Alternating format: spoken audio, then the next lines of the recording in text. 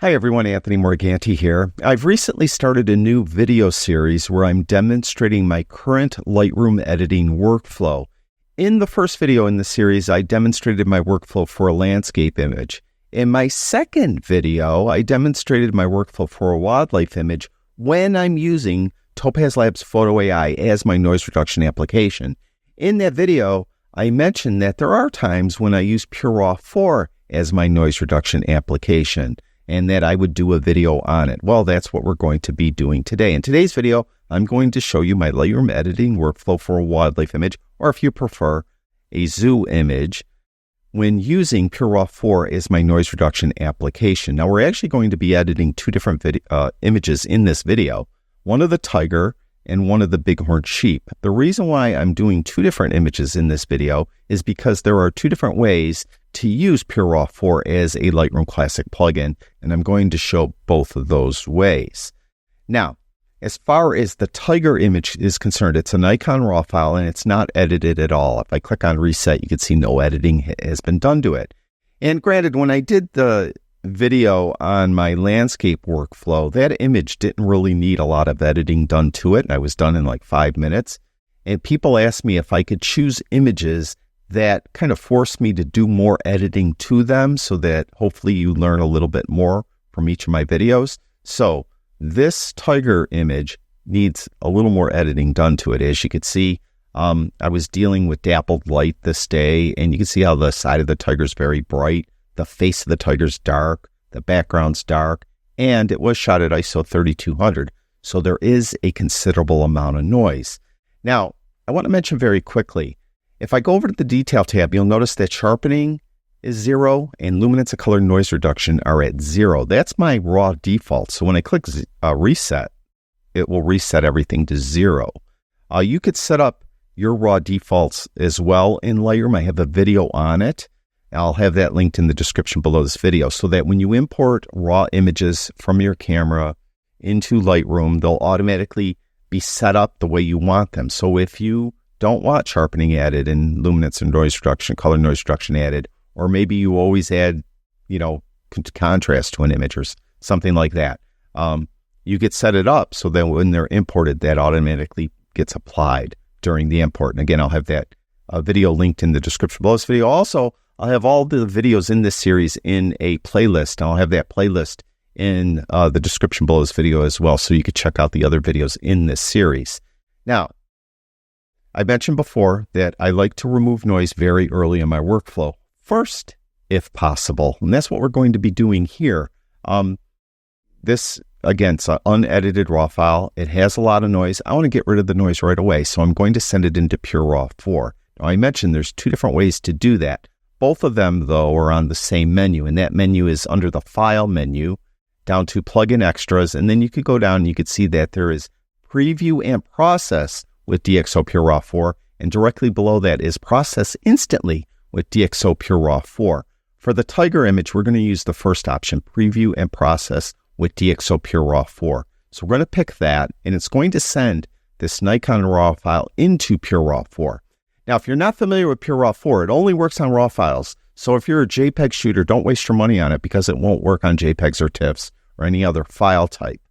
Now, with version 4.2.1, there is a new feature. It's called Auto Update Preview, and you can see that this popped up here, and I could enable it.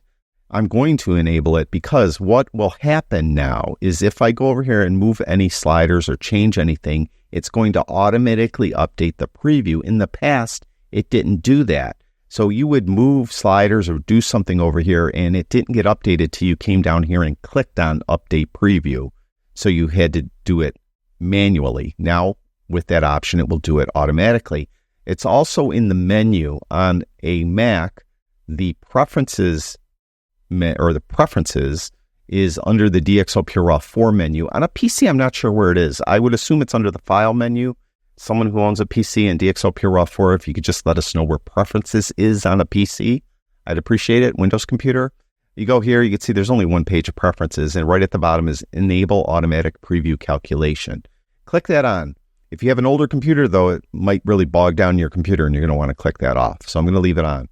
Now, you'll have this divider bar. There's before and there's after. It automatically added some noise reduction. And what typically I will do is I'll move this all the way to the left so I just see the after.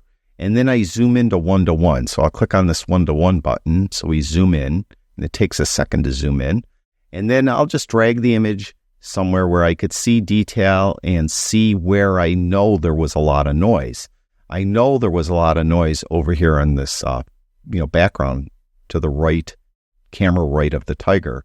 And you can see that it reduced the noise pretty good. There still is a little bit of noise there, so I'd like to reduce it further. Now, if we go over to the right-hand panel, you'll see that there are two different models, D prime and D prime D prime and D prime XD2/XD. So technically there are three different models, but two to choose from.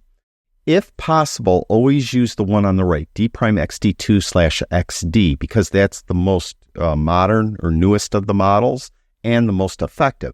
Unfortunately, though, it doesn't work on all RAW files.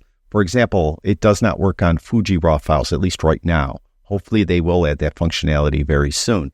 So, if possible, use the one on the right. And if you're like me and you look at the image and there's still some noise there, then click on Advanced and you reveal two different sliders, Luminance and Force Details. Now, this isn't like Photo AI where it has autopilot, and autopilot determines how much noise reduction it needs and how much sharpening it needs. This just remembers your last settings. So there's nothing automatic about this.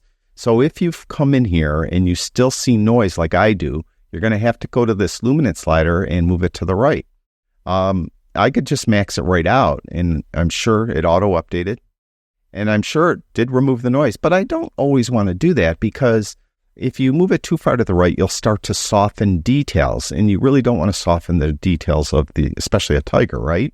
So you want to just move it up just enough to get rid of the noise, but not so much that you're softening the details, and that's really the battle we always have with noise reduction. Although I must say the new AI noise reduction that's available now is far superior than any previous noise reduction we've ever used in the past. So what I'll do now is I'll just move it somewhere in the 70s. So somewhere in between, it was like at 36, and I moved it to 100, so somewhere in the middle. And 72, I still could see some noise in here a little bit. I'm not sure if you could see it in the video. The eye of the tigers look good. There was a lot of noise in the eye of the tiger. You could see right in here. There's quite a bit of noise there, but it seems pretty good. But we just got to reduce a little more. So I'm going to move it maybe to 80. See what that looks like. And that looks pretty good.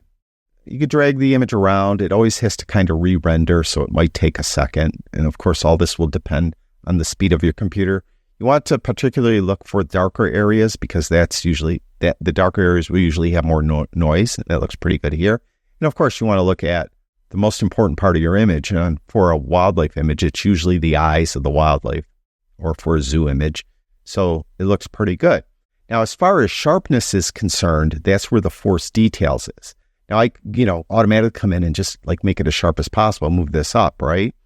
The problem with that, though, is that you got to be careful that you don't over sharpen because we're at the very beginning of our workflow. When I get back into Lightroom, I could add texture, clarity, and sharpening to the subject of the photo, and it's very easy to over sharpen. So I'm not so concerned about getting a super sharp image at this point in my workflow.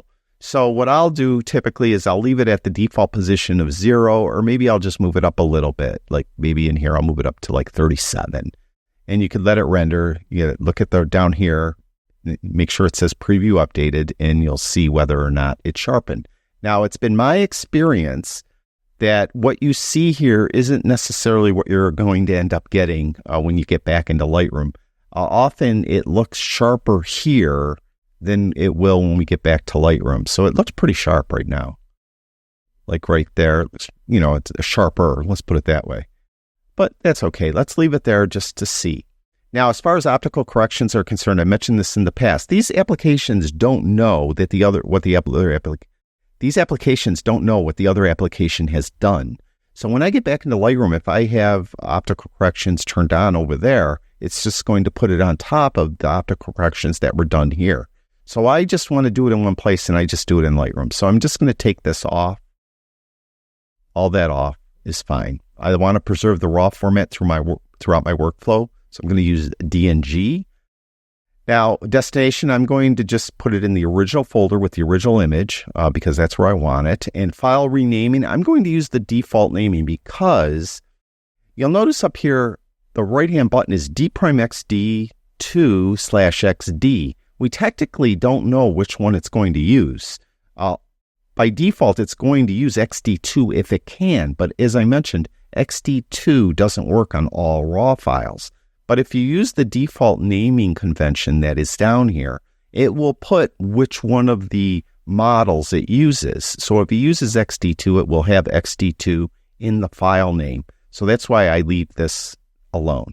And you can see actually right here, it's giving you a sample of the file name and it's saying XD2 right here. So I guess just looking here, even I learned something new. You can look right down here and it's going to use XD2. So that's good. That's what I want. Now, as far as exporting, I don't export after processing. So, just leave this alone. That's what I do. Lightroom collection import. By default, it's going to put it in a new collection set called DxO PureRAW. And then in that collection set, it's going to have a collection with the date on it. I do not like that. That just drives me nuts. I want to keep it in the collection I had it in. So what I'm going to do is click here, and I was using the working collection. What I found, though, is sometimes it will create a second working collection. So I have two collections with identical names. So what I do is I put it in the current collection. I happen to be in a collection called Working Collection in Lightroom. So hopefully this will work. It's kind of weird. Sometimes it works, sometimes it doesn't. So I'm going to keep it in current collection. If I go and put it in, as I mentioned, if I use working collection here, it sometimes will create another working collection. It just drives me nuts. So I'm going to keep it in the current collection, and that's it. I'm going to click process now. And then it's going to bring it's going to put this DNG file, hopefully in the original folder with the original image, and it's going to hopefully put it in the collection that I have the image in. And I have that collection, or that collection is called Working Collection. It did. So it's right here. So we're good. So we're going to drag it over to next to the other image. So here is the Nikon RAW file. I should have view, lock, zoom position on. Yes. So we'll zoom in. So we'll get a look at the tiger's eye, and you can see the background is super noisy. And then we'll go to the DxO PureRAW 4 image, and you can see that the noise is greatly reduced. And it looks a bit sharper as well. And we'll drag it over this way. This is our PureRAW image. And here is the original RAW file, PureRAW image. You can see that I mentioned that when you're in your PureRAW, it looks sharper than it does here. I think you'll agree. It doesn't look as sharp here as it did in PureRAW 4. But that's fine. Now I'm ready to continue with my workflow. The next thing I like to do is crop. And I definitely need to crop this image. So I'm going to go to the crop tool. And what I often do, because I was using the Nikon D500, it doesn't have advanced IAF or anything like that. I had a focus point. I happen to have the focus point in the middle or towards the middle of my frame. So I bullseyed the head of the tiger, and I have all this empty space over here. So what I often do is I always crop to a specific aspect ratio, hopefully always 2:3 or 3:2, the original aspect ratio of the camera. But if I can't, what I'll then do is, if possible, I'll go to 4x5 by 8x10, or I'll go square. The reason for that is because if I print it, I always could get 8x10 paper or 16x20 paper and stuff like that, or I could get 8x12 or 16x24. So I want to stay in those ratios, or I could get square, just print it out square on paper. That's fine too. So I'll go to 8x10. There are some people that unlock the little toggle lock and they do this custom crop. That's great. You get it looking great on a computer, but if you want to print it, you're going to have weird borders, like big thick borders at the top and bottom and thin borders on the side, or vice versa. And you're going to have an issue when you want to print it. So I try to stay with either 2x3 or 4x5 or square. Going to the 4x5, you could see that I could get rid of a lot of the space over here on the right. And I want to make this vertical rule of thirds line that's on my right-hand side right over the tiger's eyes. So I'm going to pull in from the top. So it's like that. And that's good. That's my crop right there. And I'm fine. Now, what I'll do is I'll go to lens corrections and make sure you can see they're done here. So I didn't do them in PureRAW 4, I did them here. So I'm good to go. Now, for some reason I have a tone curve here. I'm not sure why I do. I'm not sure how that happened, but we'll undo that. All right. And calibration, I'm at version 6. I don't know why I'm version 1 either. I'm not sure what's going on there, why those were changed, because the original ones didn't have those. As you could see, nothing was done there. So I'm not sure how that happened, but just be aware things could happen sometimes when you send images to plugins. They come back and weird things happen. You just have to be aware of it. Now, after I do that, if it needed a different profile, I would change the profile. I mentioned before, I like to use the camera standard profile on my wildlife images. I'll stay with that. If it needs white balance adjustment, I will. This one doesn't need any of those things. Now I'll go right to tone. Now with tone, mentioned before, I'll look at like the brightest part of the image and I'll take highlights down till I see some detail kind of pop in. It popped in right about there. And then I'll go to like a darker part of the image, and then I'll go to the shadows and open those up till I see some detail come in right in here. I saw some detail pop in right around there. Then I'll get a white point. I hold in the Option key on my Mac. It's Alt key on a PC. I click on the white slider. The entire screen will turn black. I'll move this to the right till I see some colors come through. That means I'm starting to clip those color channels. Where the white is coming through, that means I'm clipping all of those, all 3 color channels. And that means I'm blowing out the highlights. And we don't want to do that, or at least I don't want to do that. So I will then back this off until all that color dissipates. And for me, that's a perfect white point. It might not be for you. This isn't science, not written in stone. Adjust it the best for you, your white and black point. Black points for me, I hold in the Option key, click on the black slider. Again, that's Alt key on a PC. Move this to the left till I see some color come through. That means I'm crushing the shadows in those areas. I don't mind crushing the shadows a little bit usually. Sometimes on wildlife images, though, I won't. But I think on the tiger, I want to, because it has the black stripes, and I want the black stripes to be quite distinctive. So I am going to crush the shadows a bit there. Now, at this point, I mentioned before, on typical images, before there was this advanced masking in Lightroom, I would go to texture clarity and dehaze next, and then vibrance and or saturation. But I prefer now to use masking for these options. And so what I'll do is I'll close down Basic tab, I'll go to masking, and I'll mask the subject, see what it does here. Now I had that dappled lighting where the side of the tiger was brighter than the head. Now I corrected that slightly when I did the global adjustments, but I could do a little bit more here, I believe. If I go to highlights, I could pull those down so you can see it's kind of making the face a little darker too, but I'll deal with that in a moment. And if I go to the shadows, if I open those up, see how it's making the face of the tiger a little brighter? It's decent. Now, holding in the Alt Option key for whites and blacks here will not do what it does with global adjustments, meaning when I click on the whites, I don't get the black screen. When I click on the blacks and hold in the Alt Option key, I don't get the white screen. But what you can do is you could tap the J key. If you tap the J key, you'll turn on the clipping indicators, these 2 triangles up here on the histogram. And you'll notice that when I tap that J key, I have blue coming through. That means I'm crushing the shadows in those areas. So I'll just, as I mentioned, I don't mind crushing the shadows. Notice I'm not blowing out any highlights anywhere. If I take this white slider to the right, though, almost immediately I got red appearing on the photo. That means I'm blowing out the highlights in those areas. So I could back this off until all that red dissipates, just like that. Now, I might have to come back in and readjust those, but for now, that's good. I'm going to tap the J key again to turn the clipping indicators off.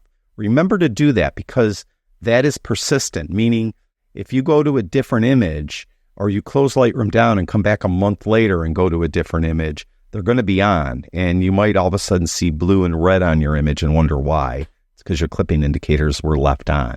So just tap that J key again. Now, the face of the tiger is still a little bit too dark.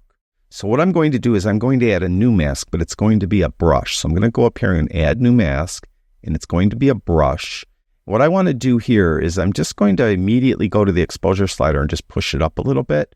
Then I'm going to take my brush. I'm going to make sure that flow and density are at 100. It's going to be a slightly feathered brush. just like 1920, something like that. It's going to be a relatively big brush. And then I'm going to come in and I'm just going to paint over the face of the tiger. Now, I'm not concerned at the moment here that it's blowing out highlights or anything like that. I just want to make it brighter. Okay.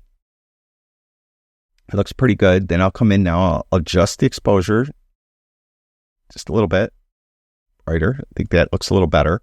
Now, if I tap the J key, see how I'm blowing out some of those highlights? I don't want to blow out those highlights. I really don't. So what I'm going to do is I'm going to go back to mask 1, right? I have the white slider. I can just back it off here. So I get rid of all that red. And then I'm going to take the actual black slider and move it to left a little more. All right. So now we'll go back to mask 2. I'm going to turn off the clipping indicators, tap the J key. And actually that looks pretty good right there. What I usually do is I want to darken the background. So I'm going to add one more mask where I'm going to select the background, and it should select the background since it selected the subject okay. Now, I may, for some images, add to it by using a brush, going to the add, and like maybe I want the rump of the tiger to be darker or something like that, but I don't think I need to here. I think it's fine the way it is. Looks like it caught part of the tiger stripe here though. So what I'm going to do is I am going to subtract with a brush, and we'll come in here and get rid of it down here. I just want to darken the background and take away, there's really no color there anyway, but we'll go to exposure and we'll just darken it a little bit. And if there were some color, I would go to saturation, pull that down a little bit. Then finally, I'm pretty much done. I'll finish it off with a vignette, as I often do. I'll go to effects and I'll add a dark vignette. Just a slight one, kind of pushes everyone's attention more towards the middle of the tiger. So here was our original image, and there is our edited image. It's taken a while to kick in. I'm not sure if there's our edited image, and there's our original image. Now, I mentioned this before. It's important that you kind of walk away for a while and let your eyes reset and then come back and look at it. Now, you may be wondering, and I got this comment, I didn't really add any sharpening. I didn't really add any texture or anything like that. I don't often do that. I'll go through Instagram and see some photographs from some photographers who I believe are relatively new in photography, and the images often are over-sharpened. And I don't want to over-sharpen my wildlife images, and I don't want to misrepresent what the animal actually looked like. The contrast of this tiger is probably a little higher than it actually was when I saw it, meaning the black is a little blacker and the whites are a little whiter on the tiger, and the color maybe is a little more saturated than I saw it. But I really didn't do anything with saturation or anything with the tiger. Just my editing brought out the color of the tiger and added contrast when the way I adjusted my whites and black sliders. So again, I'd walk away, then come back and look at it. Then I might have to come back in and go to my masking and pull some of the saturate or some of the contrast out by moving my blacks and white slider in the opposite direction I have moved them. Hopefully that made sense. Let's jump on to this next image. Again, this is an unedited Nikon RAW file from a Nikon D500. I'll click reset over here. It was, again, like the tiger, shot with an ISO of 3200, so you can see there's quite a bit of noise. And like the tiger, I want to remove noise as early in my workflow as possible, first if possible. So I'm going to send it to PureRAW 4, but we're going to use that other method. Again, it's under the same menu though. File, plug in extras, then over and down to process instantly with DxO PureRAW 4. It says instantly, but it's really not so instant. Let me show you. I'm going to click on it, and it's going to take a second. But what it will do, it will come up with this process settings. The only difference really between the two is that you don't get to preview the image. I don't like to do it this way because you don't always know if you're reducing the noise properly. It's just going to give you your last settings. Remember, for the tiger, I did have luminance at 80 and force details at 37. So I can't see the image. So I don't know if that's good or if it's too much or if it's too little. Now I can come in and change it by clicking on edit. It will open up this side panel and I could go to D prime or D prime XD/XD2. I could go to the advanced and get to my sliders. You could see they're the settings I used last time. I'll leave it at that, I guess. Then lens corrections, it remembers what I did last time, so I have those off, right? And then you could just click apply for that. Then you come up over here and click edit here, and you have your output format, DNG. So these are all the same settings that are in the full application. We just don't get to see the image. Now, again, I don't like doing it this way, but we're going to put it inside a collection is the original current collection like we did this time. This file name, and it's going to use d'XD2. I would expect it to because it's a raw file from the same camera. As a matter of fact, I think it might have been, no, it was shot on a different day, I think. But anyway, we'll click apply there, and now we'll just click process now. So if you absolutely positively know what settings you need those luminance and force detail sliders to be at, then you could use this method. Otherwise, I recommend against using this method because you really don't know what you're getting.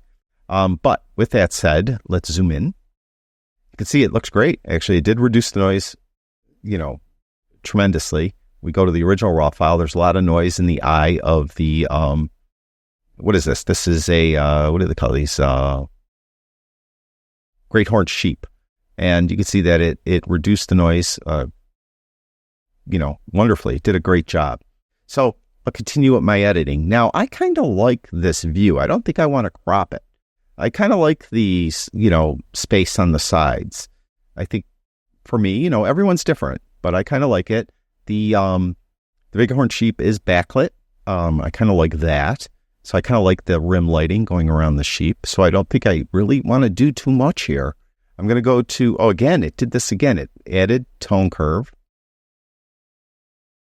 So be aware, and it put us at version 1. We want version 6. And there it did our tone curve again. I'm not sure why it's doing this. All right. So I never had it do that before, but this morning I updated to version 4.2.1. So maybe it's something with this version that's causing it to do that, but I've never seen it do that before. Now, with that said, let's go to the basic tab. I'm going to stay with the camera standard profile. The white balance is fine. I'm going to go into the brighter part of the image, which is probably up in here. And I'm going to take highlights down. And I'm not really seeing much pop in, to tell you the truth. I mean, I take highlights all the way down. It looks all right. Take highlights all the way down. Go to the darker part of an image, like in here. And then I'll put shadows up. Not seeing too much pop in either there. So right there looks good. I'll get a white point, hold that Alt Option key in, click on the whites slider, move it to the right until I see color come through, then back it off till all that color barely dissipates. Right there. There's tiny dot there. I'm not going to worry about it. And black, same thing. Move this to the left till I see some color come through. And then see what that looks like. It's maybe too contrasty, so I'm going to move this, eyeball it, move this black slider to the right. That looks pretty good. Now, I didn't mention before, if there is anything that you need to remove from the image, like a tree branch or sensor spot or anything like that, do that now. Do that before you get into masking. But at this point, I don't need to do that on this image, so I'm going to go right to masking, and I'm going to mask the subject. And see what it does. It looks pretty good. I'm going to go to tone, I think. Well, no, actually, I don't think I need much done to tone. Go to color. It's not very, it's gray kind of, but we'll add some saturation. Then I will go to effects, and maybe we'll see what clarity looks like on it. It's where you got to be careful. You could over sharpen things. We'll add a little texture and a tiny bit of clarity. Not a lot. It even looks maybe over sharpened here. To zoom in when you have masking open, hold in the space bar, and you could click and zoom in. Hold in the space bar and you could drag it around. It looks pretty good, actually. I think that looks very good. So that's fine. Not going to add any sharpening, so I'm not going to go to detail and add any sharpening. What I am going to do, though, is I'm going to add a new mask to the background. And I want to go to tone of the background, and we'll just make it a little darker. Maybe those specular highlights are a little too bright. So we could try to take them down with whites. It doesn't look right though. I don't mind the specular highlights on this image because the bighorn sheep is backlit. So I don't really mind it at all. I think it kind of looks good. Just bring exposure down a little bit. And actually, I'm not going to take color down a little bit at all, as I usually do, because I kind of like the color back there. I like the bokeh, is what I'm trying to say, and I like the color. So that's, again, personal preference. You would do what you feel is right for your image. And then finally, I'm just going to go to the effects and add a vignette. I'm not misrepresenting the animal. This animal pretty much looked like this. As I recall, it was a few years ago. But I'm not misrepresenting the animal. I think I just made the image look better, better photograph. It looks really sharp, and I like the expression of the animal. I like just the bokeh in the background, as I mentioned. So I like the way it looks. And there's the before image that they kick in. And there is the after image. Boy, that's really taken a long time to kick in. I'm not sure why. Now, again, a lot of people have commented, you don't do anything with tone curve. You don't do color mixer. No, I don't that much. I mean, with my landscape images, I may do more of a color mixer, and I will do some more videos where I edit some different types of landscape images. The landscape image I happen to use wasn't one that I needed to use the color mixer, any color mixer controls on, but I will do videos where I will show that. What I do, I'll make sure that lens correction's on, and it is. I don't often do other things. I don't need to go to lens blur usually because I have usually good blurred out backgrounds. So there's a lot of stuff I don't need to do. The more you can get right in camera, the less you're going to have to do in post-production. And these images, granted, weren't perfect. I chose the tiger image specifically because I was mad at myself that I bullseyed the tiger and didn't have it more, the head more over to the right. But, you can fix it in post, and that's what I did here. The bighorn sheep, I think, was fine. That was a good image right out of camera. Just had to spruce it up a little bit there. So that's it. That's how I use PureRAW 4 as my noise reduction application when I edit in Lightroom Classic. I am going to do a video where I'm not using any plugin, that I'm actually going to be using the built-in AI noise reduction that's in Lightroom. I will be doing a video on that in the very near future. And, I'll do more landscape videos. I have some travel shots I want to do some editing on, although those often are very similar to landscape images. And even some street photography. I'll show you how I edit some of those as well. Very little editing, again, on the street photography, like very little editing. So hopefully, something I do is new to you and it might work for you and you could incorporate it into your workflow. I'm not saying that the way I edit my images is the only way people should edit images. It's just what works for me at the moment. I might change in a few years when they add different features to Lightroom or they add new plugins and things like that. I might modify, and that day comes, I'll do videos when, on my new workflow. But that's it for this video. Thank you, everyone who watches my videos. I really do appreciate it. I'll talk to you guys soon.